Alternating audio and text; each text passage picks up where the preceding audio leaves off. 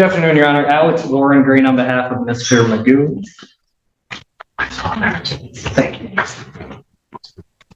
Mr. Magoo, can you stay? Daniel Magoo. Thank you.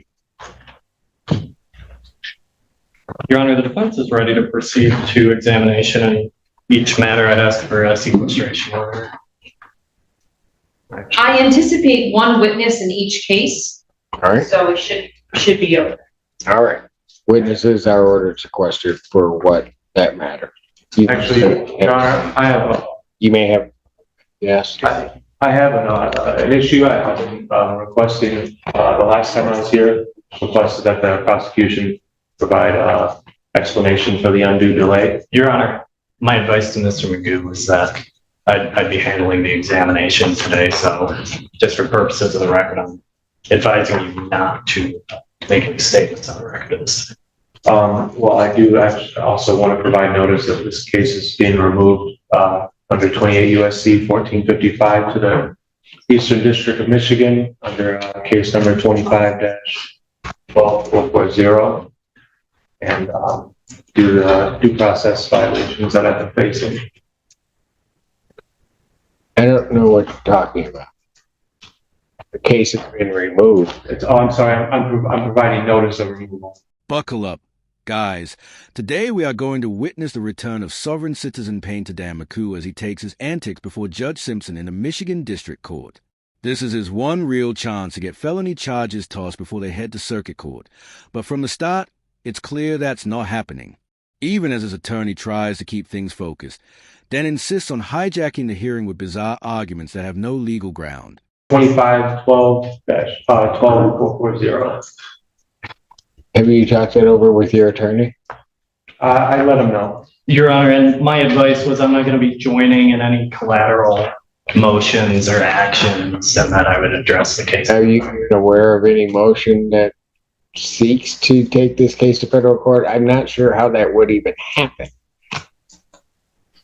Right, Your Honor. And Mr. Magoo told me that he has been seeking that action, but I informed him that I am not a member of the federal bar and that I would not be joining him in any of those actions. Just providing notice. Okay, I don't know what the notice does, but I'm not. If I don't have something in writing indicating some procedural aspect to it or anything along those lines, the court's not. Can I give this to you now? I would advise against. I don't even know what is Notice of removal pursuant to 28 U.S.C. 1455 criminal. what does that statute read? The criminal proceedings removed to federal court under federal questions involved in this case. I'm not gonna get a bite as to what federal questions, because I don't think there are any federal questions. Fourth Amendment violation.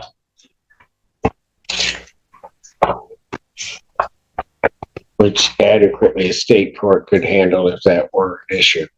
So I don't think there's any need for the court to even deal with that. I don't know that anything's been filed with the federal court regarding that or anything else. Filed under case number 25-12440. Are we ready to proceed? Defense is ready to proceed, Your Honor. People ready to proceed? Yes, Your Honor. All right. Which case would you? We were talking over each other. I apologize. If it pleases the court, could we start with the OWI matter? That being 0523. I believe that's correct. Yes, That's fine. Start with that one. thank you. A couple of housekeeping matters. The court is in receipt of the amended complaint, which is just taking it rather than the felony form. Is that correct? I do have an amended information. I do. Excellent. And Your Honor, I do believe defense is stipulating that the defendant has 3 prior OWI convictions. So stipulated, Your Honor. So there's a step to the priors. There it is, Your Honor. All right. Anything else? I do think defense is going to stipulate to people's exhibits 1 through 10, which are photos, but maybe not. Your Honor, I did have an opportunity to review those and we would so stipulate. And then People's Exhibit 11 is a laboratory report. I'm not sure if there'll be a stipulation to that as well. We would, so stipulated. I'm sorry? So stipulated, Your Honor. Okay, so exhibits 1 through 11 are stipulated to, Thank you, Your Honor. therefore admitted.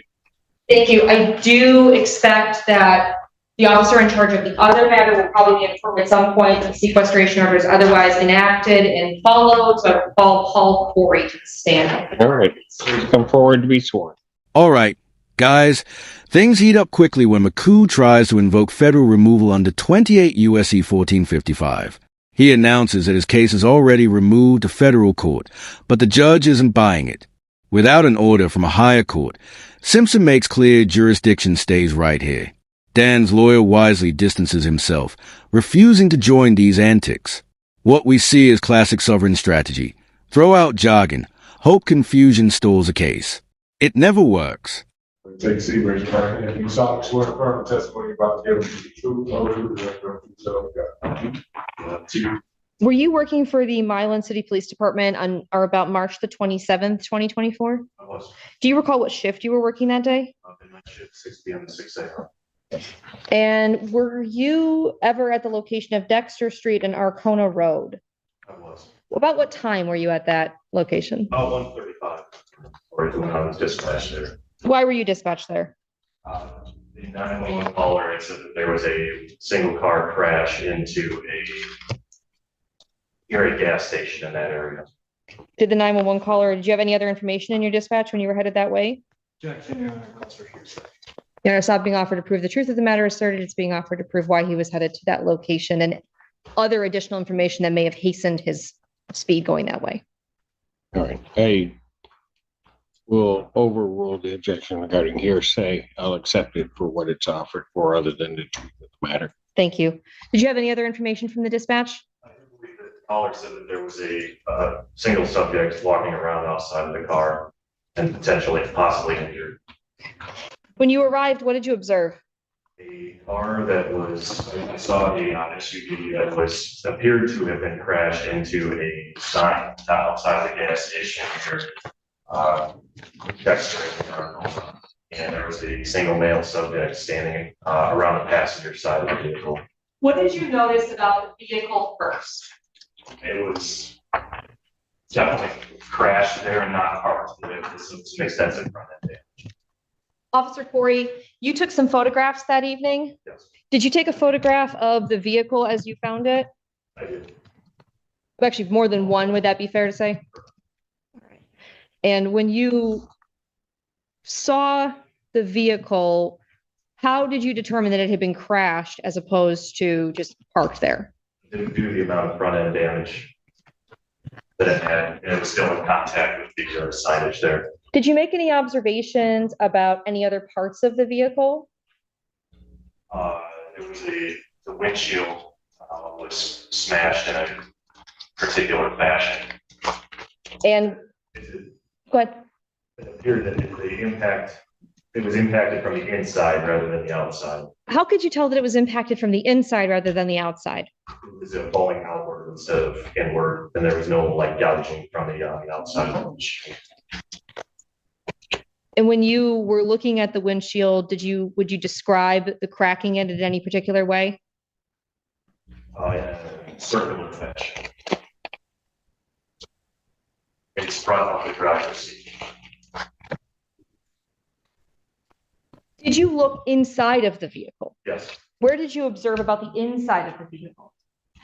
There was quite a bit of personal property inside of the vehicle, and the passenger and all of the front and rear passenger seats, indicating that there was probably only one occupant at the time of the crash. Did you look at the windshield? Yes. What did you observe about the windshield? What stood out about the windshield was there was a clump of human hair attached to the cracks in the impact area on the inside of the windshield. How would you characterize the color of the hair that you saw?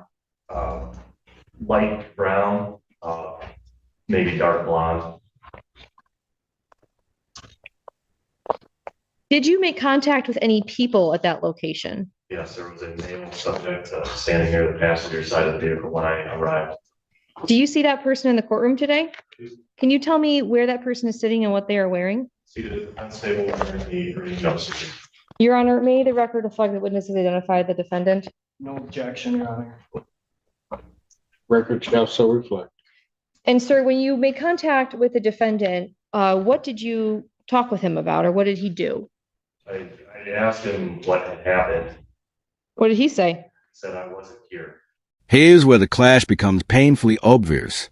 The judge presses McCoo on what notice of removal actually means and what federal question could possibly exist. Dan fumbles, citing constitutional violations with no specifics, while his lawyer bluntly admits he has no idea how federal removal would apply. Judges have seen this dozens of times before. It's the same recycled playbook. And when nothing in writing backs it up, the court keeps marching forward. It appeared it was bleeding from the top of the head. Did you notice anything about his clothing? It was disheveled. There was blood on it. Front zipper was down. The zipper was down on his pants.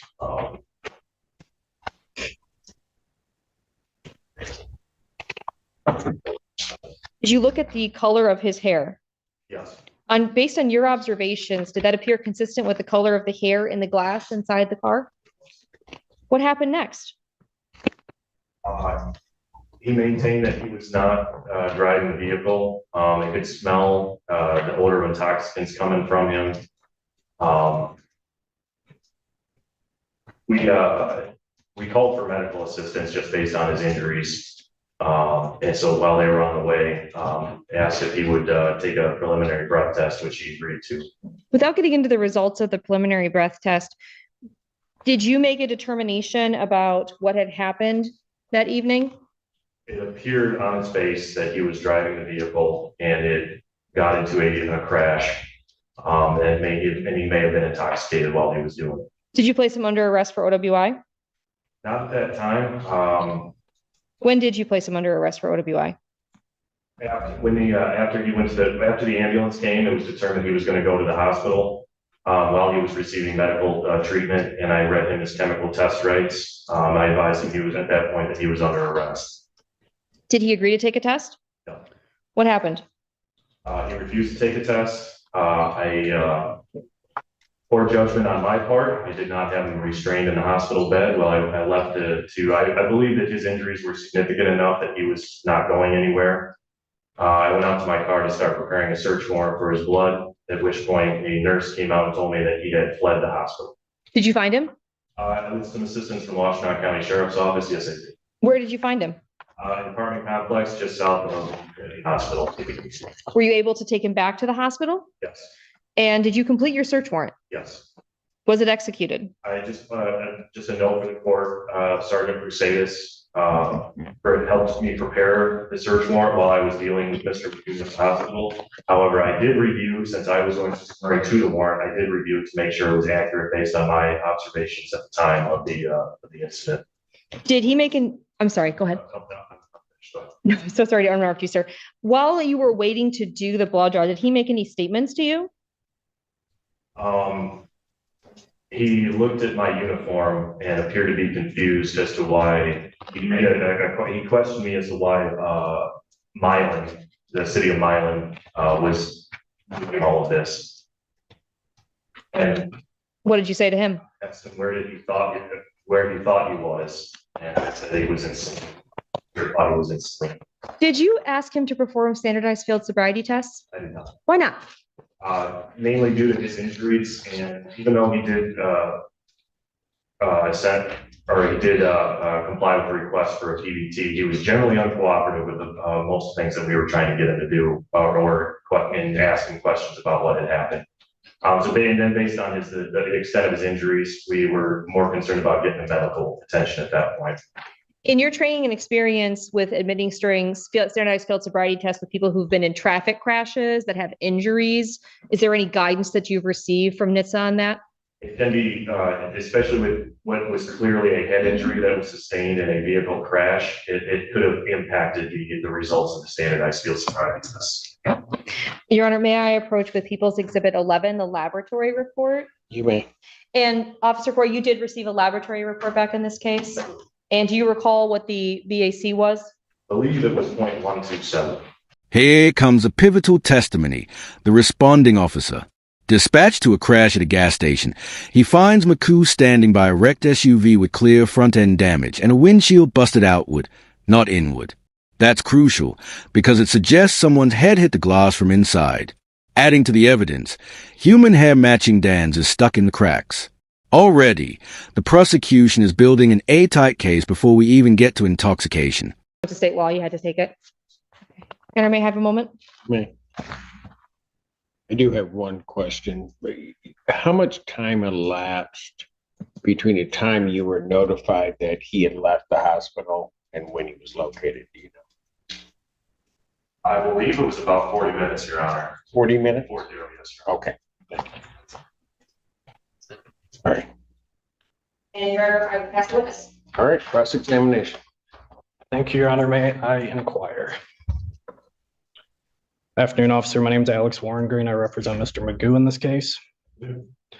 So you're dispatched for a single vehicle accident, right? Right. And that's at a mobile gas station, and it appears there was an accident from an SUV into the sign, the mobile sign, right? Right. And like you testified on direct examination, there was a 911 call placed, and that person didn't provide a name, did they? They may have. It's something that I didn't end up following up on. So you never talked to the caller, did you? Not And are you aware if anyone talked to that caller? I am not aware that anyone did.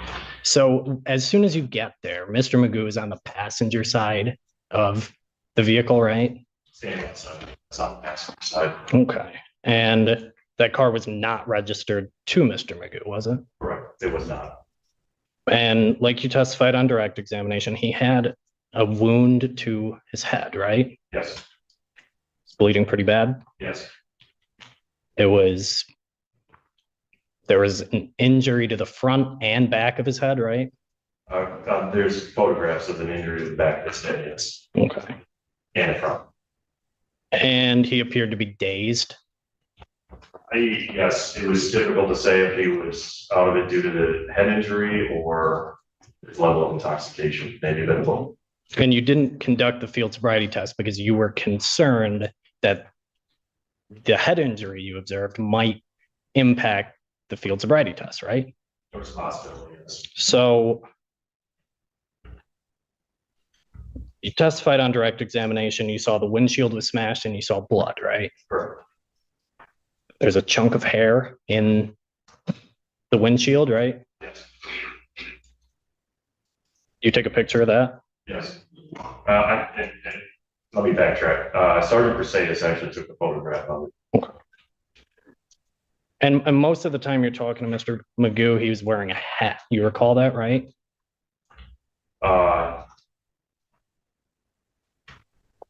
I don't recall that. He may have been. So it's dark outside, right? And Is that a yes? 'Cause I don't think we got. oh, Oh, so I'm sorry, Your Honor. It's okay. Yes, it was. Okay, go ahead. and there's a significant amount of blood on his face and it's going into his hair, right? Correct. Okay. In this case, you did submit evidence to the crime lab for forensic analysis, right? Blood test, yes, blood sample. Right. So no hair follicles, right? No. And there was no attempt to obtain any forensic match between the hair or the blood that was found in the car with any hair or blood from Mr. Magoo's body, was there? You're correct, there was not. Okay. On direct examination, you talked about field sobriety tests. You said you're trained in the administration of field sobriety tests, right? Yes.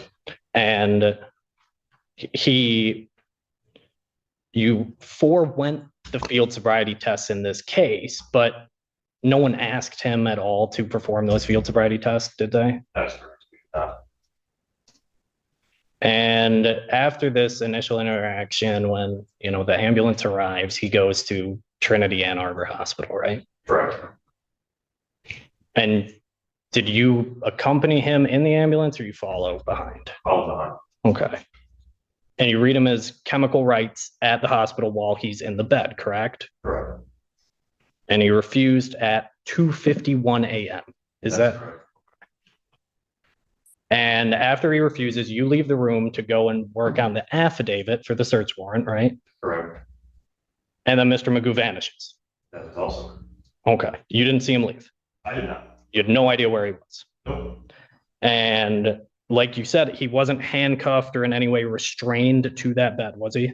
He was not. And there were no officers standing at the door or otherwise supervising that room, were there? No. And through your investigation, you determined he's located at an apartment complex at around 3:40 a.m. Is that right? That's what is in the report. I think I listed a time in there. If you want me to look at, refresh my memory. It would refresh your recollection to look at your report? It would. Okay. Yes, I did. He was located about 3:40 a.m. Okay. And he's returned to the hospital. The blood draw was completed at 4:28 a.m. And of course, there's two blood draws done. So it's 4:28 a.m. and 4:29 a.m. Does that sound right, officer? That sounds correct. Okay. So in an ideal OWI investigation, you want to have eyes on the subject from the time you make the scene until the needle enters the arm, right? I do. Yes. Okay. One of the reasons you do that is to make sure the subject doesn't consume anything that could impact the blood test, right? That is correct. And Mr. Magoo was unaccounted for nearly an hour in this case, right? That's correct. And in your search warrant affidavit, you didn't mention that, did you? I don't believe so, no. Thank you for answering my questions, Your Honor. I have nothing further at this time. The officer identifies Magoo as a man at the scene and describes his condition: bleeding head wound, disheveled clothes, pants unzipped, and blood everywhere. When asked what happened, then give the predictable sovereign dodge: "I wasn't here." That line alone undermines his credibility. Combined with the physical evidence, it paints a picture not just of guilt, but of someone desperate to escape reality with word games instead of facing hard facts. And after he was recovered and brought back to the hospital, did you have two deputies stand by with him and handcuff him to the gurney? I handcuffed him myself, but luckily I had a couple of deputies that were free for the moment that were able to watch him while I finished up the search warrant. Thank you. Nothing further, Your Honor. Anything? Your Honor, if I may, May want to mute your microphone.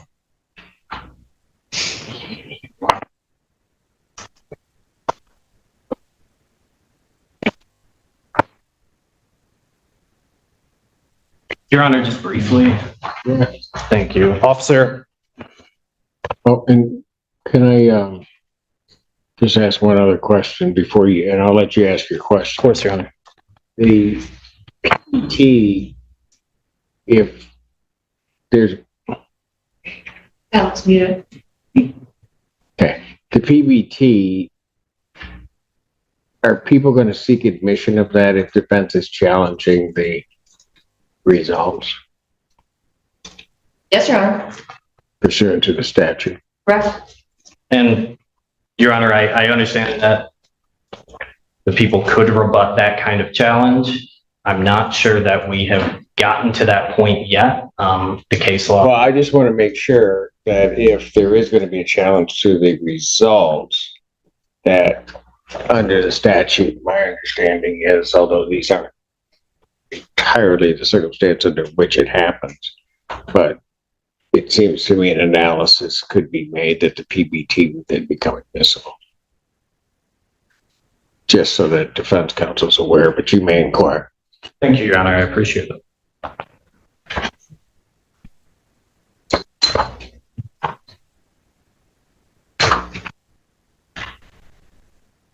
Officer, before Mr. Magoo was admitted to the hospital, did you yourself search him? Search his person? That's outside the scope of my redirect, Your Honor. I'll allow him to ask. Go ahead. He was wearing a jacket, right? I believe so, yes. Did you go through all the pockets of that jacket? I normally would, yes. I believe I did. Okay. Officer, when you completed the refusal to submit to chemical test form, in this case, do you recall writing the refusal time as 1:35 military time? No, I don't recall that. Would it refresh your recollection to look at the refusal to submit to chemical test form you completed? I would. I think Yes. seems that I did. I don't recall why I would put that time there. Well, again, officer, thank you for answering my questions. Your Honor, I have nothing further at this time. All right. Ms. Lundy. Officer Corey, you would agree with me that this says refusal date, but it does not say refusal time, correct? It just says military time? Correct. Okay, thank you.